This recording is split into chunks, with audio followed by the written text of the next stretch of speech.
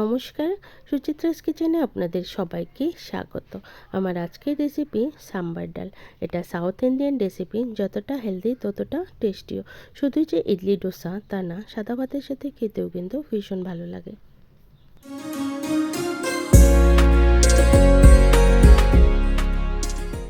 সবার প্রথমে আমি এখানে নিয়েছি রহর ডাল, অরহর ডাল বা তুর ডাল, যে যেটা বলে।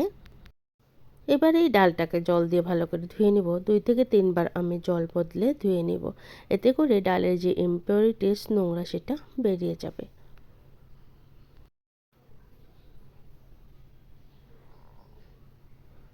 ডালটা ভালো করে ধোয়া হয়ে গেছে। এবার এই ডালটাকে আমি প্রেসারে সিটি দিয়ে নেব। চাইলে সবজি আর ডালটা একসাথেও রান্না করা যায়, তবে আমি আলাদা করেই রান্না করব। এবার এই ডালে আমি দিয়ে দেবো স্বাদ মতো লবণ, 1 চামচের মতো দিয়ে দেবো হলুদ গুঁড়ো, আর জল দিয়ে ডালটাকে ভালো করে সেদ্ধ করে নেব। আমি 2টো সিটি দিয়ে দেবো।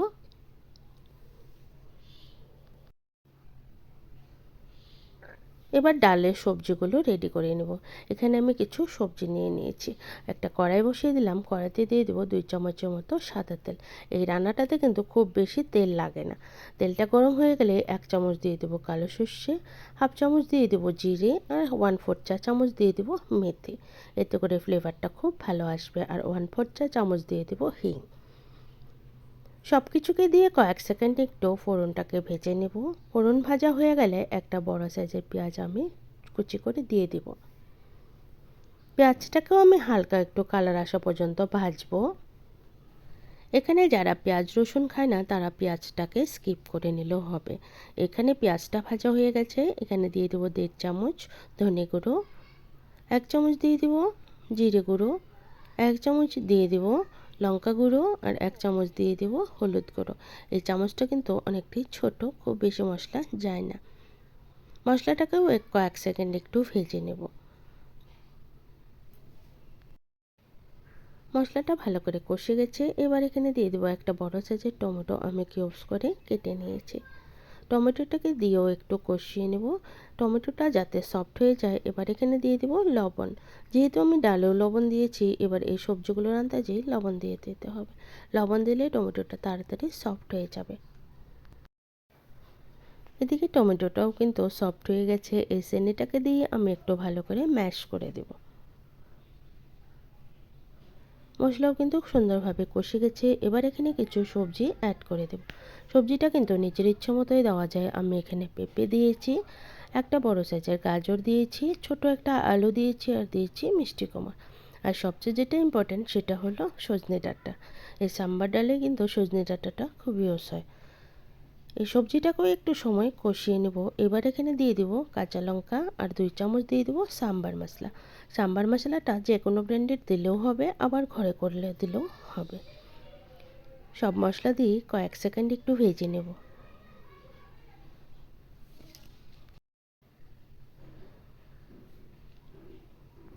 একটু দেওয়া হয়ে গেলে এবার আমি এখানে 1 গ্লাসের মতো জল দিয়ে দেবো। জলটাকে দিয়ে সবজিটাকে একটু সফট করে নেব। এই সময় কিন্তু একবারে প্রেসার কুকারে দিয়ে দিলেও হয়, তবে আমি প্রেসার কুকারে সবজিগুলো দিব না, এভাবেই রাখবো। এরকম করে দিলে সজনে ডাঁটাগুলো কিন্তু এইভাবেই ঝরঝরে থাকে। প্রেসার কুকারে দিলে বেশি গলে যায় বলে আমি দিলাম না।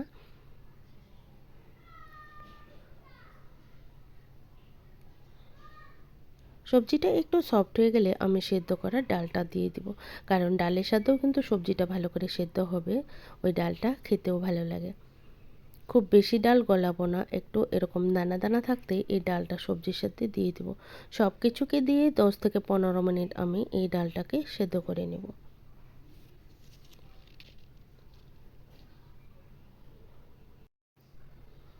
এই সবজির সাথে ডালটা যত জাল হবে ততই কিন্তু এই সাম্বার ডালের টেস্ট উঠবে।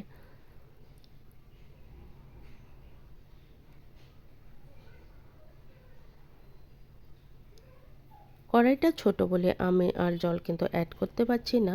চাইলে এখানে আর একটু জল দিয়ে দিলেও বাড়িয়ে নেওয়া যায়। এবার ডাল ঘুটনি দিয়ে কিছুটা সবজি আমি গালিয়ে দেব। সাম্বার ডালের সবজিগুলো কিন্তু খুব বেশি থাকে না, একটু মেশি মেশি থাকে। এবার এখানে দিয়ে দেবো 2 চামচের মতো তেঁতুলের পাল্প, যেটা সাউথ ইন্ডিয়ান রেসিপিতে ইউজ করা হয়, একটু টক টক ঝাল ঝাল মিষ্টি মিষ্টি।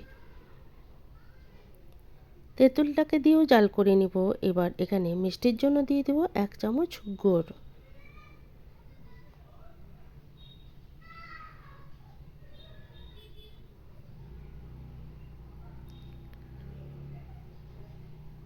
তেঁতুলের যে টক ভাবটা সেটাকে ব্যালেন্স করার জন্য। এখানে চিনি দিলেও হয়। ডাল কিন্তু অলমোস্ট হয়ে গেছে। আমি এবার এটাকে লাস্ট একটা তড়কা দিয়ে দিব। এখানেও 2 চামচের মতো তেল দিয়ে দিব। সাদা তেল দিয়ে 5 থেকে 6টা দিয়ে দিব শুকনো লঙ্কা, আর দিয়ে দিব কারি পাতা। 1/4 চা চামচ দিয়ে দিব হিং। এই হিং আর কারি পাতার গন্ধটা সাম্বার ডালটাকে স্বাদটাকে কিন্তু বাড়িয়ে তুলবে। আজকের এই সাম্বার ডালের রেসিপিটা কেমন লাগলো অবশ্যই জানাবেন। যদি ভালো লাগে অবশ্যই একটা লাইক করার অনুরোধ রইল। ঠান্ডা হয়ে গেলে আমি সার্ভ করে দিলাম। সাথে দিলাম ইডলি। ইডলির জায়গায় কিন্তু সাদা ভাতের সাথে খেতেও বেশ ভালো লাগে। যদি ভালো লাগে আপনারাও এভাবে একবার ট্রাই করে দেখতে পারেন। আমার চ্যানেলে নতুন বন্ধু হয়ে থাকলে চ্যানেলটাকে সাবস্ক্রাইব করার অনুরোধ রইল।